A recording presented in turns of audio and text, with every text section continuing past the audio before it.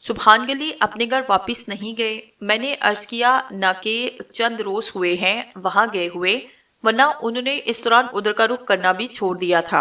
حالانکہ میں نے کئی بار کہا کہ ذرا گھر کی خبر گیری کر لیں، ویسے تو سبحان گلی میں ان کی کافی عزت ہے، کوئی ان کے گھر کو نقصان نہیں پہنچا سکتا، لیکن پھر بھی خبر گیری کرنا ضروری ہے، اس لیے میں کہتا تھا، مگر وہ کبھی گئے نہیں۔ بہت شکریہ فیض صاحب، میں آپ کا شکر گزار ہوں۔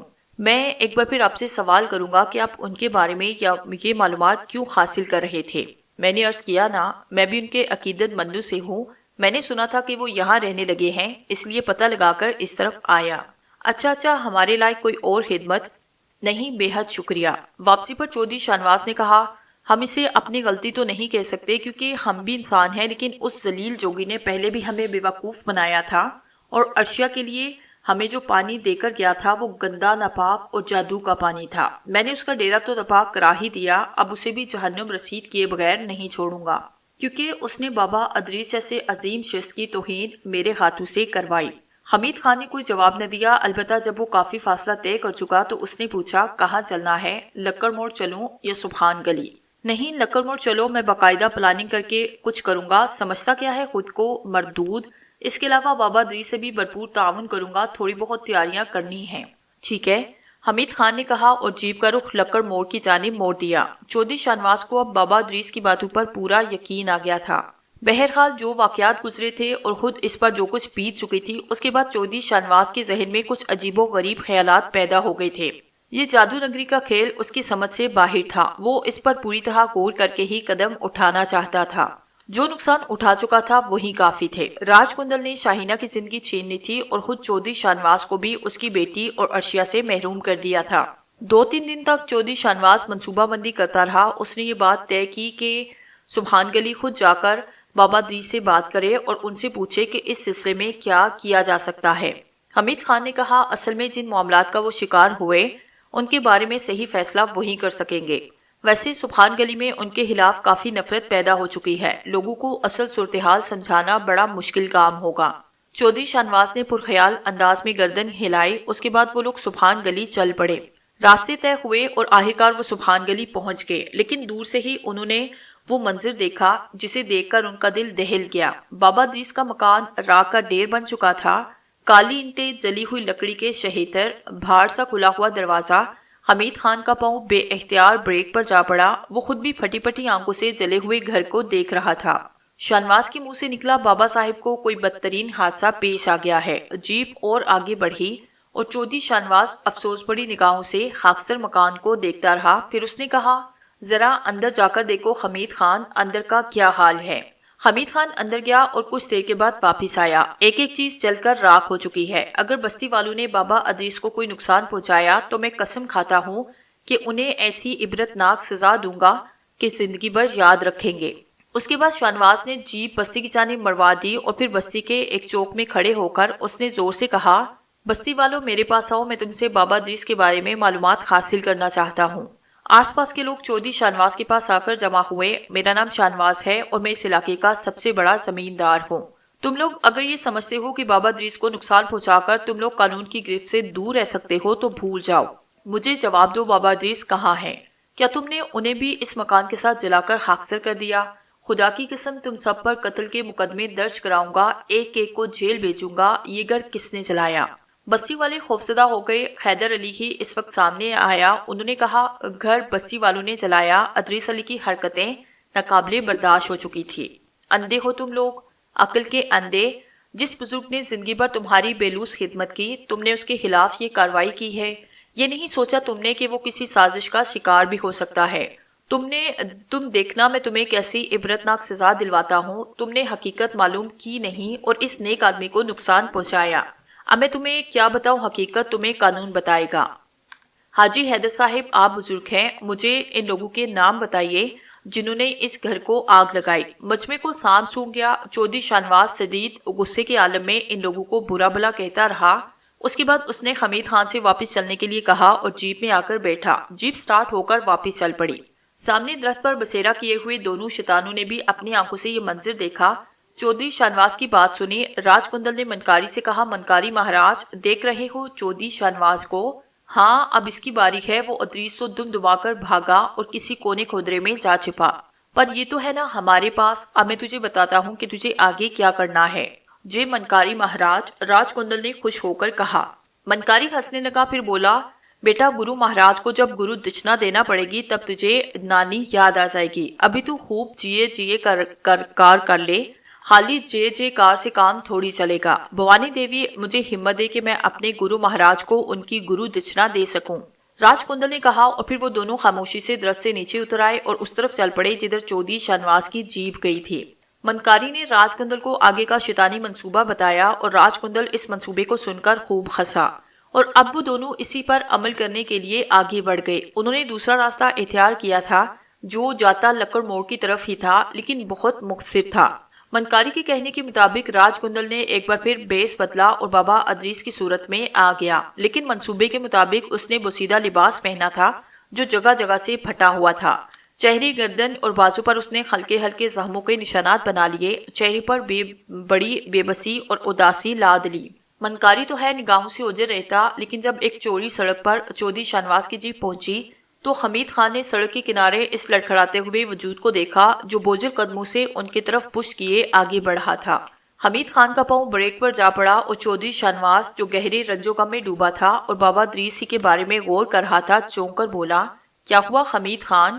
ادھر چودھری جی، ادھر دیکھیے۔ اس نے اشارہ کیا اور چودھری کی نگاہیں سڑک کے کنارے چلتے ہوئے اس شخص پر پڑی اور ایک لمحے میں اس نے پہچانا کہ وہ بابا ادریس ہیں۔ ارے یہ بابا صاحب ہے، جلدی چلو، جلدی آگے بڑھو۔ ایک لمحے کے اندر جیپ جا کر راج کندل کے پاس رکی جو بابا ادریس کے روپ میں تھا۔ چودھری شانواس جیپ سے نیچے اترا، حمید خان بھی نیچے اتر آیا۔ اس نے بابا ادریس کی صورت دیکھی، ان کے پھٹے ہوئے لباس اور بدن پر لگے ہوئے زخموں کو دیکھا اور ایک دم سمجھ گیا کہ بابا ادریس کی حالت انہی لوگوں نے کی ہے جنہوں نے ان کے مکان کو خاکسار کیا۔ انہوں نے آگے بڑھ کر بابا ادریس کو سہارا دیا اور جلدی سے بولا، ارے بابا صاحب آپ اس حال میں؟ بابا ادریس کے روپ میں راج کندل نے نگاہیں اٹھائی اور پھر پھیکی سی مسکراہٹ کے ساتھ بولا، ہاں بس تقدیر کا لکھا تو سامنے آتا ہی ہے۔ خدا ان لوگوں کو غارت کرے جنہوں نے آپ کے ساتھ یہ بدسلوکی کی۔ بس ٹھیک ہے بھائی، تم بھی جاؤ، ہم آزمائش سے گزر رہے ہیں، ہمیں امتحان دینے دو۔ نہیں بابا صاحب، ایسے وقت میں آپ کا ساتھ کم از کم میں نہیں چھوڑ سکتا۔ میں آپ کا گھر دیکھ کر آیا ہوں، آپ بالکل بے فکر رہیں۔ اب میں ان لوگوں سے چن چن کر انتقام لوں گا جنہوں نے آپ کے ساتھ ایسا سلوک کیا۔ ارے بھائی، کس سے بدلہ لوگے؟ بس ہم نے کہا نا، تقدیر کے لکھے کو کون ٹال سکتا ہے، راج کندل نے اداکاری کرتے ہوئے کہا۔ آئیے آپ میرے ساتھ چلیے، چودھری شانواس نے ہمدردی سے کہا۔ کہاں بھائی، کہاں لے کر جاؤ گے ہمیں؟ بابا صاحب آپ میرے گھر چلے، میں آپ کا گھر دیکھ کر آیا ہوں، بستی والوں نے اسے جلا دیا ہے، یقیناً آپ کا یہ حال بھی انہوں نے بنایا ہوگا۔ ہاں بھٹک گئے ہیں راستے سے، مارا ہے ہمیں، کپڑے پھاڑ دیے۔ چلو ٹھیک ہے، اگر اس طرح ان کا دل مطمئن ہوتا ہے تو ہمیں کیا، کوئی کونا خدرا بسا لیں گے، زندگی کے چند ہی تو سانس رہ گئے ہیں۔ آئیے آپ۔ چودھری نے حمید خان کو اشارہ کیا اور حمید خان بابا ادریس کو سہارا دے کر جیپ پہ لے آیا۔ دیکھو جب انسان کا مقدر خراب ہوتا ہے تو اس پر نحوستوں کے سائے ہو جاتے ہیں۔ ہم اس وقت نحوستوں کے سائے میں ہیں، ہمارے ساتھ کوئی ہمدرد کا سلوک نہ کرو، کہیں تمہیں کوئی نقصان نہ پہنچائے۔ مجھے کتنا ہی نقصان پہنچ جائے بابا صاحب، میں آپ کو اس حالت میں نہیں دیکھ سکتا۔ ٹھیک ہے، تمہاری مرضی، مجبور کر رہے ہو تو ٹھیک ہے۔ بابا صاحب میں اپنی غلطی پر شرمندہ ہوں، لیکن قصور میرا نہیں، اس شیطان کے بچے نے چکر ہی ایسا چلایا تھا جس کا نام راج کندل ہے۔ میں دھوکا کیا گیا اور آپ کے ساتھ بدسلوکی کر بیٹھا، لیکن اب میں آپ کے بارے میں تصدیق کر چکا ہوں اور اس کے بعد دھوکا نہیں کھاؤں گا۔ راج کندل نے ایسی گردن جھکائی جیسے تکلیف کا شکار ہو۔ حمید خان اور چودھری شانواس کے دل میں ہمدردیوں کا طوفان امڑ رہا تھا۔ بابا ادریس کی اس حالت پر وہ بہت دکھی تھے، جبکہ بدماش راج کندل نے منکاری کے سازی ذہن کے منصوبے کو تکمیل تک پہنچانا شروع کر دیا۔ یہاں تک کہ چودھری شانواس لکڑ موڑ پہنچا اور بڑے اہتمام کے ساتھ راج کندل کو اس نے اتارا اور پھر اندرونی حصے کی جانب لے چلا۔ راج کندل دل ہی دل میں ہنس رہا تھا، ایک بار پہلے بھی وہ اس حویلی میں آ چکا تھا اور اپنے کھیل کھیل کر گیا تھا، دوبارہ اسی حویلی میں بدلے ہوئے بیس میں داخل ہو رہا تھا نیا کھیل کھیلنے کے لیے۔ لیکن جب چودھری شانواس اسے حویلی کے بہت بڑے ڈرائنگ روم میں لے کر پہنچا تو وہاں قرآنی آیات کے تفرے لگے ہوئے تھے۔ راج کندل کے بدن میں بجلیاں سی کوند گئی، اسے شدید اذیت کا احساس ہوا اور وہ زمین پر گر پڑا۔ ارے حمید خان دیکھو، نہیں مجھے کھلی ہوا میں لے چلو، مر جاؤں گا، مجھے کھلی ہوا میں لے چلو، راج کندل نے کہا۔ چلو بابا صاحب کی ہدایت پر عمل کرو۔ حمید خان نے ملازموں کو اپنی مدد کے لیے بلایا اور وہ لوگ بابا ادریس کو باہر حویلی کے کھلے ہوئے حصے میں لے آئے جہاں درختوں اور پھولوں کی بغتات تھی۔ راج کندل زمین پر لیٹا اور گہری گہری سانسیں لینے لگا۔ یہ بڑا تلخ تجربہ تھا اس کے لیے۔ بلا شیطان اپنے غلاستوں سے نکل کر کلام الہی کی پاکیزہ چھاؤں میں کیسے جا سکتا تھا؟ اسے سب سے بڑا نقصان اسی سے پہنچ سکتا تھا۔ راج کندل نے کہا، تمہارا بہت شکریہ، مگر میں نے تم سے پہلے کہا تھا کہ میں اس وقت امتحان کی منزل میں ہوں۔ میرے جسم سے نہستوں کے سائے لپٹے ہیں، مجھے یہیں کسی درخت کے نیچے ڈلوا دو۔ میرے پاس تسبیح موجود ہے، کھانے پینے کے لیے جو کچھ بھی ہو یہی دے دیا کرو، میں یہی ٹھیک رہوں گا۔ دیکھو، اگر تم مجھ سے ہمدردی رکھتے ہو اور میرے لیے کچھ کرنا چاہتے ہو تو پھر مجھے یہیں اسی جگہ رہنے دو، تمہارا یہ احسان میں کبھی نہ بھولوں گا۔ نہیں بابا صاحب، احسان کی کوئی بات نہیں، ہم آپ کی خدمت کرنا چاہتے ہیں، اگر آپ یہاں خوش ہیں تو یہیں صحیح۔ جاؤ حمید خان، بابا صاحب کے لیے سارے انتظامات کرو۔ کچھ فاصلے کے لیے راج کندل کو قرار ملا، اس کے لیے یہاں چارپائی، پانی کے برتن اور دوسری ضروریات کی چیزیں رکھ دی گئی اور وہ چارپائی پر لمبا لمبا ہو کر لیٹ گیا۔ چودھری شانواس نے اس کے زخموں کا جائزہ لینے کے لیے کہا تو اس نے عاجزی سے کہا، نہیں چودھری صاحب، اگر میری مانے تو مجھے میرے حال پر چھوڑ دیں۔ آپ ہمیں یہاں لے آئے، سہارا دے دیا، بس اتنا کافی ہے۔ اگر آپ نے اس سے آگے کچھ کیا تو ہمیں دکھ پہنچ جائے گا۔ نہیں بابا صاحب، میں صرف آپ کی بہتری چاہتا ہوں، تو بس اتنا کافی ہے جتنا تم نے ہمارے لیے کیا۔ ہمیں کچھ وقت دو، ہمارے یہ زخم بھی خود بخود ٹھیک ہو جائیں گے۔ بابا صاحب، کچھ کپڑے وغیرہ تو تبدیل کر لیجئے، بس ایک بڑی چادر دے دو اور کچھ نہیں، راج کندل نے کہا اور چودھری شانواس نے گردن ہلائی۔ راج کندل پھر بولا، سنو چودھری شانواس، اس دوران ہمیں کھانے پینے کے لیے کچھ نہیں چاہیے، اگر ممکن ہو سکے تو بس ہمیں تھوڑے سے پھل بھجوا دو۔ پانی تم نے رکھ ہی دیا ہے یہاں پر، اس کے علاوہ ہمارے پاس کچھ نہ بھیجنا، جیسا آپ کا حکم، چودھری شانواس نے کہا اور اس کے بعد واپس پلٹ پڑا۔ حمید خان راستے میں بولا، ٹھیک ہے چودھری صاحب، یہ درویش لوگ ہوتے ہیں، ان کے لیے دنیاوی چیزیں بالکل بے معنی ہوتی ہیں، انہیں علاج کی ضرورت ہے نہ دوا کی ضرورت، یہ تو خود دوسروں کی دوا ہوتے ہیں، بھلا انہیں اپنے لیے دوا کی کیا ضرورت۔ بستی والوں نے ان کے ساتھ بہت برا کیا۔ ہاں، میں صرف یہ سوچتا ہوں کہ بابا ادریس کے گھر والوں کو ان کے بارے میں معلوم نہیں ہونا چاہیے۔ ان کا سالہ فیض علی جس انداز میں ان کے بارے میں باتیں کر رہا تھا، اس سے تو یہی پتہ چلتا تھا کہ انہیں یہ تک نہیں معلوم کہ بابا ادریس کہاں ہے۔ کیا خیال ہے کہ ہمیں ان کے گھر کے جلنے اور بابا ادریس کے اس حال میں یہاں آنے کی اطلاع دینی چاہیے؟ میرا خیال ہے چودھری صاحب کہ ابھی اس سلسلے میں خاموشی اختیار کریں، ہمیں زیادہ آگے بڑھ کر کام نہیں کرنا چاہیے۔ اگر بابا ادریس خود ہی ہم سے اس بات کی خواہش کریں تو پھر ٹھیک ہے، ورنہ انہیں ان کی مرضی پہ چھوڑ دیا جائے، ہم ان کی خدمت کرنا چاہتے ہیں۔ تھوڑی دیر کے بعد بابا ادریس کے لیے عمدہ قسم کے پھل وغیرہ بھیج دیے گئے۔ چودھری شانواس اپنی جانب سے بڑی عقیدت مندی کا ثبوت دے رہا تھا، لیکن ادھر منکاری راج کندل کے پاس بیٹھا ہنس رہا تھا۔ کیسا رہا چیلے، گرو مہاراج کی جے ہو، کرتا رہے جے جے، کرتا رہے بیٹا، گرو مہاراج کے ساتھ رہے گا تو اپنے سارے کام اچھے رہیں گے۔ اس وقت تو میری جان نکل گئی جب وہ مجھے اس بڑے کمرے میں لایا جہاں ہمارے لیے موت موجود تھی۔ ہاں، یہ تکلیف تجھے یہاں برداشت کرنی پڑے گی۔ وہ جو شبد بولتے ہیں انہیں بھی ان کے دھرم کی باتیں ہوتی ہیں، اور وہ شبد ہمارے بدن پر کوڑوں کی طرح پڑتے ہیں۔ یہ کوڑے تو تجھے برداشت کرنا ہوں گے، میں تو دور چلا جاتا ہوں جب وہ ایسی باتیں کرتے ہیں۔ افسوس میں ایسا نہیں کر سکتا، لیکن میں نے ٹھیک کیا نا کہ یہاں پیڑوں کے نیچے آ گیا۔ ہاں، کھلی ہوا، کھلا ماحول، چل اب تو پھل کھا، میں اپنا کام کرتا ہوں۔ آپ بھی کوئی کام کرتے ہیں مہاراج؟ آتماؤں کی باتیں جاننے کی کوشش مت کر، بسم ہو کر رہ جائے گا اگر ہماری ایک بات بھی تجھے معلوم ہو گئی۔ راج کندل سہم کر خاموش ہوا۔ اپنی چالاکی اور منکاری کے شیطانی مشوروں سے وہ کامیابی پر کامیابی حاصل کرتا جا رہا تھا۔ سب سے بڑی کامیابی یہ تھی کہ بابا ادریس کا دست راست اس کے پاس موجود تھا۔ اس نے عالیجہ کو بہت سنبھال کے رکھا، اکثر اسے دیکھتا رہتا۔ اس وقت بھی رات تھی، اس نے شیشے کی بوتل نکال کر سامنے کر لی۔ عالیجہ گردن جھکائے بیٹھا تھا۔ راج کندل نے کہا، افسوس، ہم نے سنسار کے بارے میں بڑی باتیں معلوم کی، پر تمہاری مخلوق کا کوئی پتہ نہیں ہمیں۔ اس بوتل میں تم کب تک جیتے رہو گے، اور یہ بھی نہیں معلوم کہ ہمیں تمہاری وہ شکتی کہاں گئی جسے تم ادریس علی کو بچائے ہوئے تھے۔ کچھ بول سکتے ہو؟ عالیجہ خاموش بیٹھا رہا۔ تو راج کندل نے پھر کہا، وہ تمہارا گرو کہاں گیا آخر؟ کیا کسی کھائی میں کود کر مر گیا یا سنسار سے منہ چھپا کر بیٹھ گیا؟ دور سے روشنی نظر آئی تو راج کندل نے بوتل دوبارہ اپنے لباس میں چھپائی۔ عالیجہ بڑی بے کسی کا وقت گزار رہا تھا۔ اول تو وہ قیدی تھا اور اپنوں کا شکار ہوا تھا۔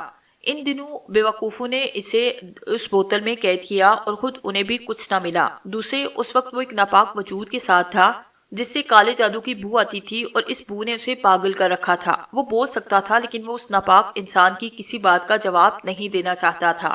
رات گزر گئی، دوسری صبح ہوئی، شاہنواز اس کے پاس آیا، محبت سے بولا، پوری کوٹھی حاضر ہے بابا صاحب، اس درخت کے نیچے آپ کو وقت گزارتے دیکھ کر مجھے شرمندگی ہوتی ہے۔ ابھی تھوڑی دیر کے بعد دھوپ نکل آئے گی اور یہاں حدت بڑھ جائے گی، ہم سب اندر ایئر کنڈیشنر میں بیٹھے ہوں گے اور آپ یہاں، یہ تو ادب کی بات نہ ہوئی۔ راج کندل کمبخت کو اداکاری بڑی اچھی آتی تھی، مدھم سی مسکراہٹ کے ساتھ بولا، تقدیر تقدیر کی بات ہے، ہمیں اپنی تقدیر کے مطابق رہنے دو، ایک فقیر اور بادشاہ میں فرق تو ہوتا ہی ہے نا۔ بادشاہ تو آپ ہے بابا ادریس، یہ تو سب عارضی چیزیں ہیں جو ہمارے سامنے ہیں۔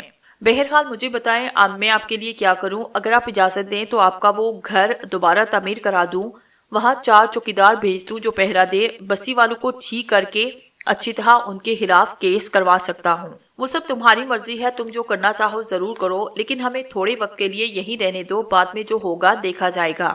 شاہنواز خاموش ہو گیا۔ راج کندل یہاں بڑے آرام سے تھا، ابھی تک اس نے کسی کمینگی کا آغاز نہیں کیا تھا، لیکن شام کو عرشیہ ٹہلتی ہوئی اس طرف آئی اور راج کندل کے پاس پہنچ گئی۔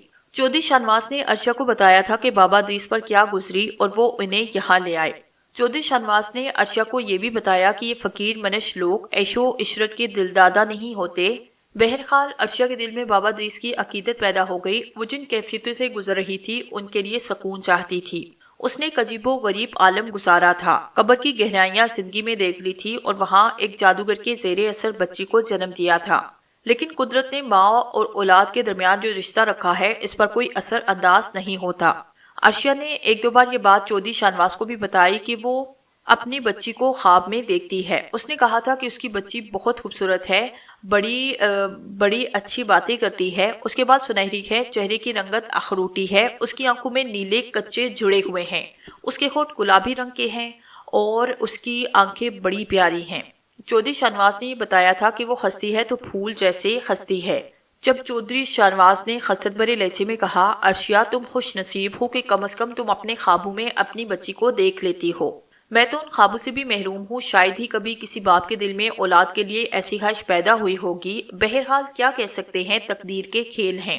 عرشیہ اس وقت بھی راج کندل کے سامنے پہنچی تو بے اختیار ہو گئی، وہ راج کندل کے قدموں میں بیٹھی اور بولی، بابا ادریس میں وہ بد نصیب ماں ہوں جس نے زندہ ہو کر بھی اپنی زندہ اولاد کا چہرہ نہ دیکھا، اگر کوئی مجھ سے یہ کہہ دیتا کہ وہ زندہ نہیں تو شاید میں صبر کی منزل میں داخل ہو جاتی، لیکن کسی نے مجھ سے یہ نہ کہا، اگر کوئی قربانی دے کر میں اپنی بچی کو دیکھ سکتی ہوں تو مجھے بتائیے کہ میں کیا قربانی دوں، میرا دل اسے دیکھنے کے لیے بڑا تڑپتا ہے۔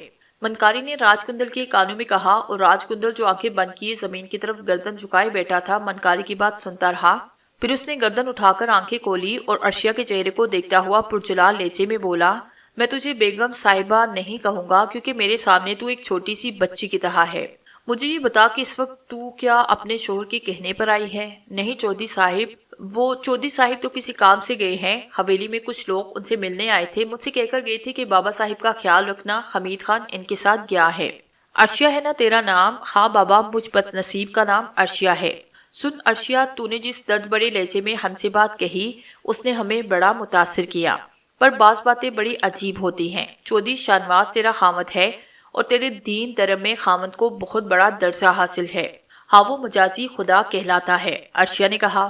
راج کندل تڑپ کر اکڑ گیا، اس کے بدن پر ایک دورہ پڑا، تاہم اس نے برداشت کرتے ہوئے کہا، پر رشتے بہت عجیب ہوتے ہیں، کبھی کبھی ان رشتوں کو بنائے رکھنے کے لیے تھوڑی سی ایسی باتیں بھی کرنا پڑتی ہیں جو دل کے خلاف ہو۔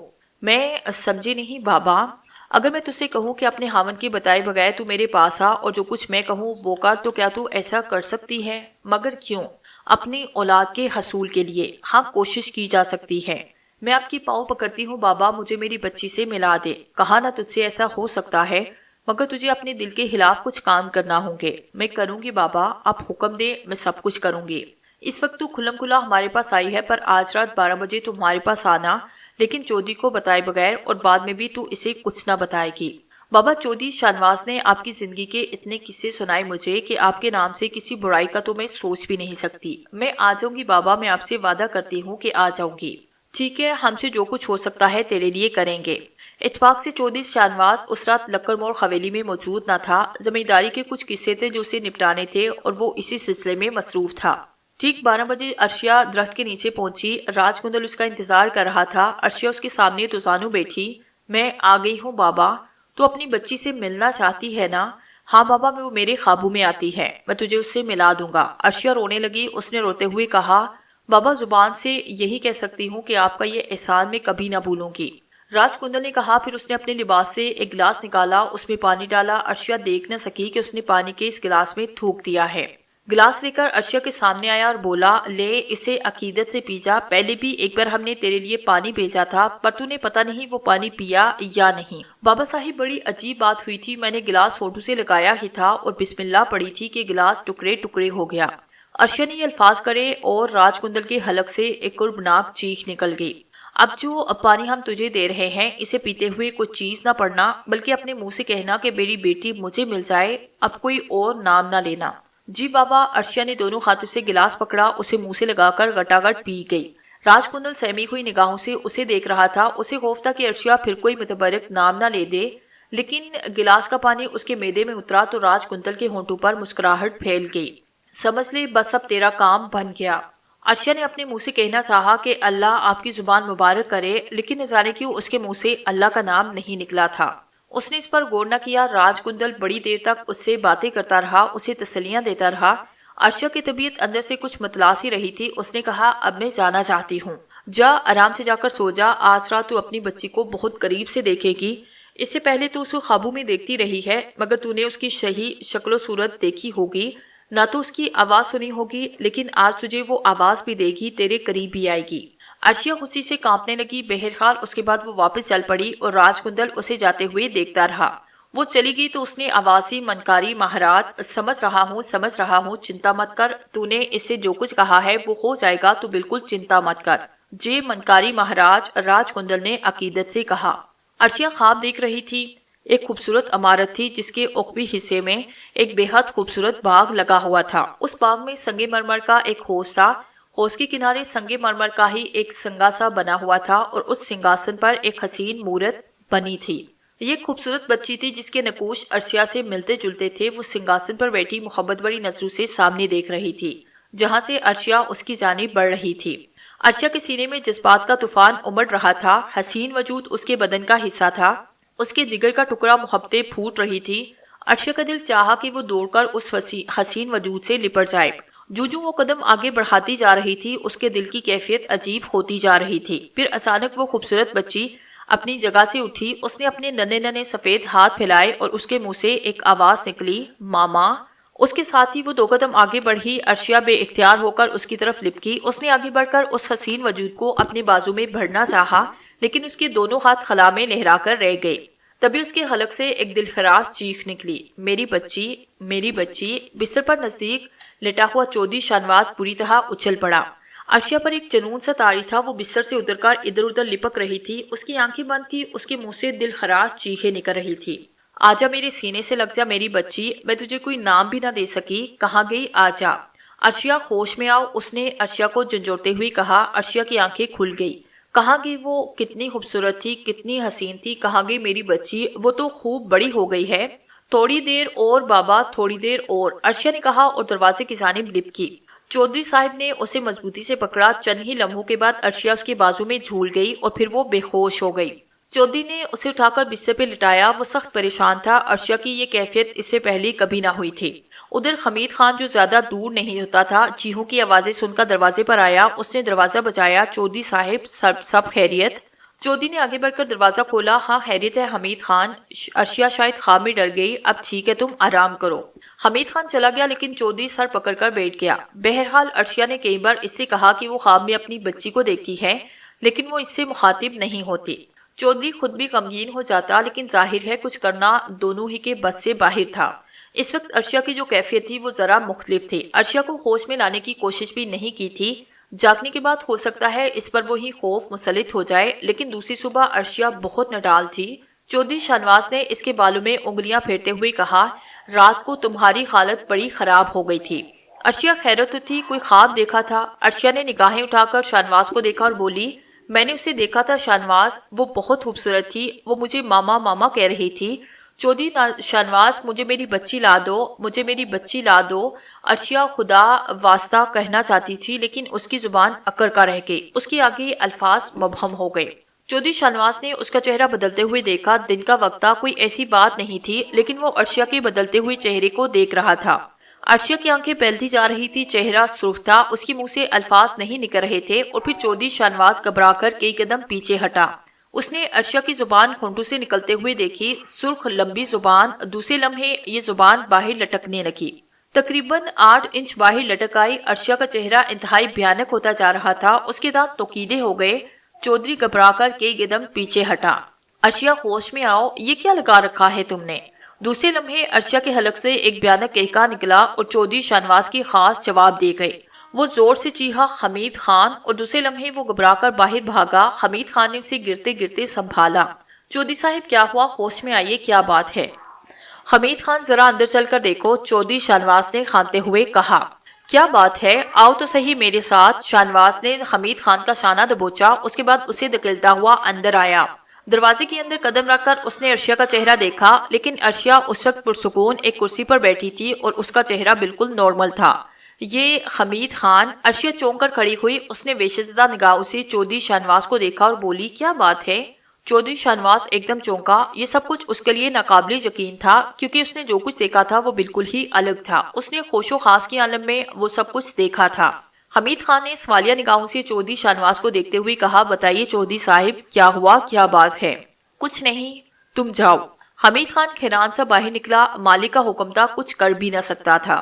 چودھری شاہنواز دور کھڑا عرشیہ کو دیکھتا رہا، پھر بولا، عرشیہ تمہیں کیا ہو گیا ہے آخر؟ کیا ہوتا جا رہا ہے؟ کیا ہوا؟ مجھے تو کچھ نہیں معلوم، تم یقین کرو مجھے کچھ نہیں پتا، عرشیہ نے مظلوم لہجے میں کہا۔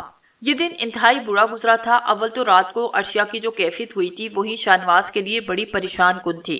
پھر یہ سب کچھ وہ پورا دن شدید خوف کے عالم میں گزارتا رہا۔ پھر شام کو اس نے حمید خان سے دل کی بات کہی۔ حمید خان ایک رازدار انسان تھا، اس سے کبھی کوئی ایسا عمل سرزد نہ ہوا تھا جس سے چودھری شاہنواز کو تکلیف پہنچی۔ حمید خان، ایک نئی مصیبت سامنے آ گئی ہے۔ سر جی غلام کو بتائیے، غلام آپ پر جان دینے کو تیار ہے۔ میں جانتا ہوں حمید خان، رات کو عرشیہ نے خواب دیکھا، اس خواب میں اس نے اپنی بچی کو دیکھا، وہ کہتی ہے کہ اس کی بچی اسے ماما کہہ کر پکارتی ہے۔ حمید خان، اس کے بعد صبح کو میں نے ایک عجیب منظر دیکھا۔ چودھری نے حمید خان کو ساری بات بتائی۔ حمید خان کی آنکھیں کھلی، وہ بہت دیر تک سوچتا رہا، پھر اس کے چہرے پر عجیب سے تاثرات پھیل گئے۔